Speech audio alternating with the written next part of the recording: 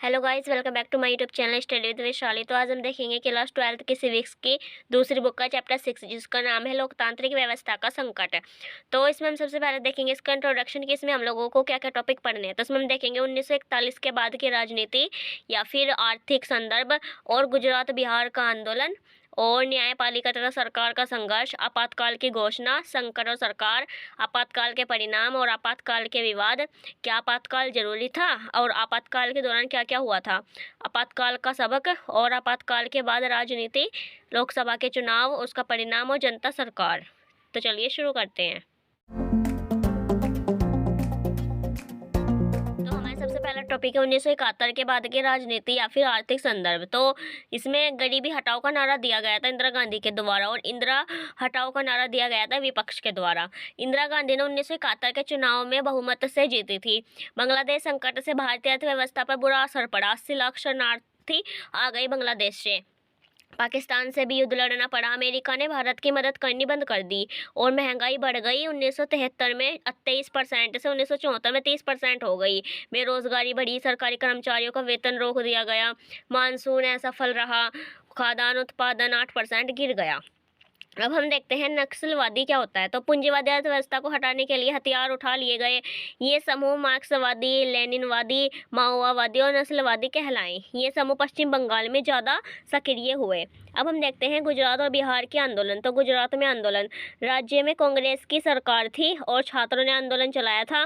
खाद्यान्न, तेल, मतलब कि आवश्यक वस्तुओं के दाम में बढ़ोतरी थी और भ्रष्टाचार हुआ था। अब हम देखते हैं बिहार में आंदोलन। तो कांग्रेस की सरकार थी, इसमें इसे भी छात्रों ने चलाया था, और मतलब कि खाद्यान्न और तेल वगैरह की मतलब कि बढ़ोतरी थी, उसकी वजह से ही चलाया था। छात्रों ने जेपी नारायण को भी बुलाया था। बिहार में राजनीतिक पार्टी भी शामिल हुई थी। जो गुजरात का आंदोलन था, राष्ट्रपति शासन लगाया गया। मोरारजी देसाई ने कहा कि जो चुनाव है उसको दोबारा कराओ। 1975 जून में चुनाव हुआ और कांग्रेस हार गई। अब है बिहार में संपूर्ण क्रांति, जेपी नारायण मतलब कि जयप्रकाश नारायण ने की, और उन्होंने कहा कि आंदोलन अहिंसक होगा और इसे बिहार से बाहर भी चलाया जाएगा, मतलब कि इसमें हिंसा नहीं की जाएगी। जेपीजी ने रेलवे कर्मचारियों से राष्ट्रव्यापी हड़ताल का आह्वान किया, कि जो रेलवे के कर्मचारी हैं उनको भी कहा कि आप लोग भी वो मतलब कि हड़ताल करो, जिससे कि मतलब सब चीज़ रुक जाएगी और मतलब कि उनकी बात माननी पड़ेगी। अब 1975 में जेपीजी ने संसद मार्च का नेतृत्व किया, मतलब कि रैली निकाली उन्होंने, जिसमें जनसंघ, कांग्रेस और भारतीय लोक दल, सोशलिस्ट पार्टी जैसे गैर कांग्रेसी दलों ने जेपीजी का समर्थन किया। इंदिरा गांधी जी ने माना कि जेपीजी यह आंदोलन राज्य सरकार के खिलाफ नहीं बल्कि इंदिरा जी के खिलाफ चला रहे हैं। न्यायपालिका और सरकार के बीच संघर्ष। तो इसमें क्या था, सरकार और न्यायपालिका के बीच मतभेद हुए थे। केशवानंद भारती मुकदमा, मतलब कि ये मुकदमा था। इसमें क्या था, क्या संसद मौलिक अधिकारों में कटौती कर सकती है, और संसद संपत्ति के अधिकार में भी काट-छांट कर सकती है, और संसद ने यह कहा कि नीति निर्देशक तत्वों को प्रभावकारी बनाने के लिए ऐसा किया। और कोर्ट ने इन सबका अवैध माना, मतलब कि जो ये तीनों चीज़ें थी इनको मतलब कि अवैध कर दिया। और इस फैसले के तुरंत बाद सुप्रीम कोर्ट के जज, मतलब कि जो जज थे, मुख्य न्यायाधीश का पद खाली हुआ।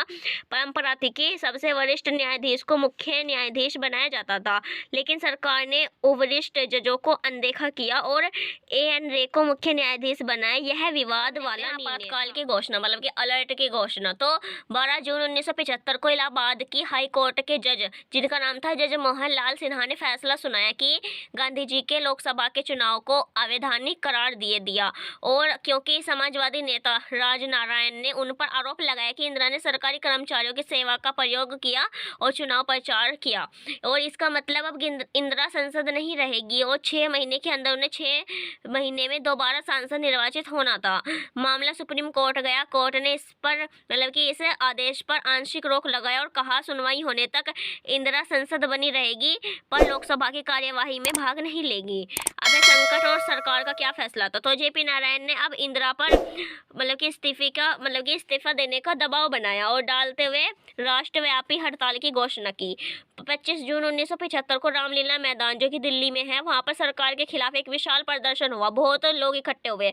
सेना, पुलिस, सरकारी कर्मचारी को कहा कि वह सरकार के अनैतिक और अवैधानिक आदेशों का पालन न करे। सरकारी कामकाज ठप होने का खतरा हो गया, मतलब कि सभी लोग अपना कामकाज छोड़कर हड़ताल में लग गए थे। सरकार ने इन घटनाओं को देखते हुए 25 जून 1975 का दिन, मतलब कि उसके दिन घोषणा की कि देश में अंदरूनी गड़बड़ी के चलते, मतलब कि झूठ बोल दिया कि कुछ गड़बड़ी है, उसके चलते 352 के तहत आपातकाल, मतलब कि अलर्ट लागू करने की घोषणा कर दी। और सरकार के पास शक्ति है कि वह आपातकाल लगा सकती है। वो 3 प्रकार के होते हैं। 352 जो राष्ट्रीय आपातकाल होता है, 356 राज्यों के आपातकाल और 360 वित्तीय आपातकाल।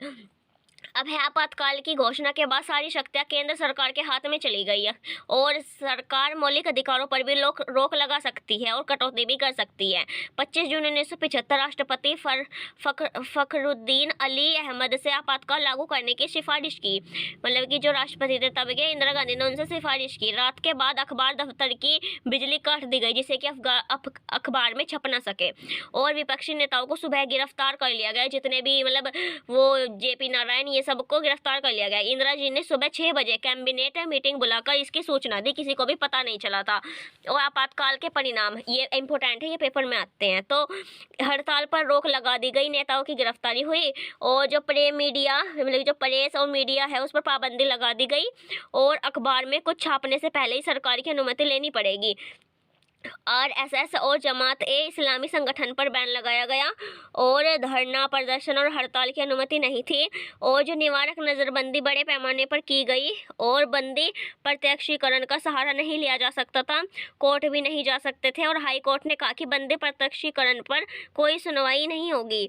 और आपातकाल के दौरान इंडियन एक्सप्रेस ने प्रेस सेंसरशिप का विरोध किया। सेमिनार मेन स्ट्रीम ने मैगनीज जो फणीश्वर नाथ रेणु थे, इन्होंने इस तरह विरोध किया कि अपनी जो इनके प्राइज थे या पदवी थी उनको वापस लौटा दिया। अब है आपातकाल के विवाद की, क्या क्या विवाद हुए। तो भारत की राजनीति में आपातकाल एक बहुत मतलब कि विवादित प्रकरण है। ऐसा इसलिए क्योंकि आपातकाल क्या जरूरी था, आप बताओ कि क्या जरूरी था आपातकाल। आपातकाल के दौरान लोकतंत्र को नुकसान हुआ था।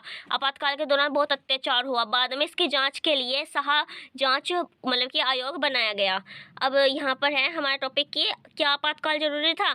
तो संविधान में बड़े सही ढंग से कह दिया है कि अंदरूनी गड़बड़ी के कारण आपातकाल लगाया गया। क्या यह कारण काफी था आपातकाल लगाने के लिए?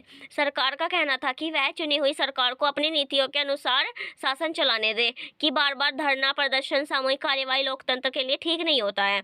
आपातकाल के दौरान CPI, communist party of India ने मतलब कि इंदिरा का साथ दिया, लेकिन बाद में उन्होंने यह महसूस किया कि उन्होंने इंदिरा का साथ देकर गलत किया। ऐसे में प्रशासन का ध्यान विकास के कामों से भंग होता है। आपातकाल के दौरान क्या क्या हुआ? तो शक्तियों का दुरुपयोग हुआ, 20 सूत्री कार्यक्रम की घोषणा हुई, निवारक नजरबंदी की बहुत आलोचना हुई, 676 नेताओं की गिरफ्तारी हुई, झुग्गी बस्ती हटाई गई, जबरन नसबंदी कराई गई, शाह आयोग के अनुसार 1,11,000 लोगों को गिरफ्तार किया गया, अखबार के दफ्तरों की बिजली काट दी गई, संजय गांधी ने सरकारी काम में दखल अंदाजी की।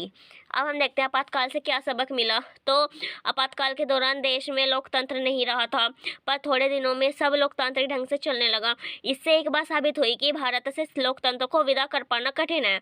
अब अंदरूनी गड़बड़ी बताकर आपातकाल नहीं लगाया जा सकता, केवल सशस्त्र विद्रोह मतलब कि कुछ घटना हो उस स्थिति में लगेगा। आपातकाल से हर नागरिक अपने अधिकारों के प्रति सचेत हो गया। आपातकाल के बाद अदालतों ने व्यक्ति के नागरिक अधिकारों की रक्षा में भूमिका निभाई। आपातकाल के समय पुलिस और प्रशासन को शासन दल के दबाव में काम करना पड़ा। राजनीति जो 1977 में हुई। आपातकाल के बाद लोकसभा चुनाव की घोषणा हो गई और विपक्ष में लोकतंत्र बचाओ का नारा दिया गया। विपक्ष को चुनाव की तैयारी के लिए बहुत कम समय मिला था, क्योंकि उनको तो कैद कर लिया था जेल में। और एक बात साफ हो चुकी थी कि जनता सरकार के खिलाफ थी और उसने चुनाव में यह कर दिखाया कि विपक्ष जीत गई, इंदिरा हार गई। तो जिन सरकारों को जनता ने लोकतंत्र विरोधी माना उसे मतदाता के रूप में भारी दंड दिया। अब लोकसभा चुनाव 1977। तो आपातकाल के समय तथा उससे पहले विपक्षी पार्टी एक साथ हो चुकी थी। चुनाव से पहले इन पार्टियों ने मिलकर एक पार्टी बनाई, जनता पार्टी। नई पार्टी में जेपी नारायण का नेतृत्व स्वीकार किया गया। कांग्रेस के नेता भी जो आपातकाल के खिलाफ थे वो भी इस पार्टी में जुड़ गए। कांग्रेस के कुछ अन्य नेताओं ने बाबू जगजीवन राम के साथ मिलकर कांग्रेस और डेमोक्रेसी नामक पार्टी बनाई। बाद में ये भी जनता पार्टी में शामिल हो गई। 1977 के चुनाव को जनता पार्टी ने आपातकाल के ऊपर जनमत संग्रह माना। इस चुनाव प्रचार में शासन के अलोकतांत्रिक चरित्र और आपातकाल के दौरान की गई ज्यादतियों पर जोर दिया। अब है हमारे टॉपिक लोकसभा चुनाव के परिणाम जो 1977 में हुए थे। तो आजादी के बाद पहली बार कांग्रेस लोकसभा चुनाव हारी। मात्र 154 सीटें मिली। 35% से भी कम वोट मिले कांग्रेस को। जनता पार्टी अकेले 295 सीट लाकर जीती, बहुमत मिला। जनता पार्टी और साथी पार्टी 330 सीटें मिली। उत्तर भारत में कांग्रेस को बहुत नुकसान हुआ। यूपी, बिहार, राजस्थान, मध्य प्रदेश, दिल्ली, पंजाब। दक्षिण भारत में कांग्रेस ने महाराष्ट्र, गुजरात, उड़ीसा में कई सीटें जीती थी। जनता पार्टी सरकार, ये चैप्टर का लास्ट टॉपिक है। तो सरकार में तालमेल नहीं था। पीएम पद के लिए होड़ थे, मतलब लड़ाई झगड़े हो रहे थे कि मोरारजी देसाई, चरण सिंह, जगजीवन राम ये तीनों पीएम बनना चाहते थे। मोरारजी देसाई को पीएम बनाया गया। जनता पार्टी के पास अच्छे नेतृत्व कार्यक्रम का अभाव था। जनता पार्टी बिखरी और 18 महीने में बहुमत खो दे, मतलब कि 18 महीने तक ही मोरारजी देसाई वो रहे प्रधानमंत्री। और कांग्रेस ने समर्थन देकर दूसरी सरकार में चरण सिंह को पीएम बनवा दिया। 4 महीने के बाद कांग्रेस ने अपना समर्थन वापस ले लिया और सरकार को गिरा दिया। 1980 के जनवरी में नए सिरे से चुनाव हुए। इंदिरा ने 353 सीटें से भारी बहुमत हासिल किया, क्योंकि सरकार, मतलब कि जो जनता है वो जान गई थी कि जो विपक्षी है वो उनको सरकार चलानी नहीं आती है, तो इसलिए फिर से इंदिरा गांधी जीत गई। और सरकार अगर स्थिर हो और उसके भीतर कलर हो तो मतदाता ऐसी सरकार को कड़ा दंड देते हैं। तो इसका मतलब यही है कि अगर सरकार सही से काम नहीं करती है तो जो जनता है उनको अपने वोट के दम पे उनको कड़ा मतलब दंड देते हैं। तो यहाँ पर ये हमारा चैप्टर कंप्लीट होता है। आप एक बार अपनी बुक में से जरूर पढ़ लेना, आपको ये चैप्टर अच्छे से समझ आ जाएगा। तो आई होप आपको अच्छा लगा होगा। अच्छा लगा तो वीडियो को लाइक कीजिए, मेरे चैनल को सब्सक्राइब कीजिए, और अगर आपको किसी और टॉपिक पे वीडियो चाहिए उसके लिए मुझे कमेंट कीजिए। Thanks for watching.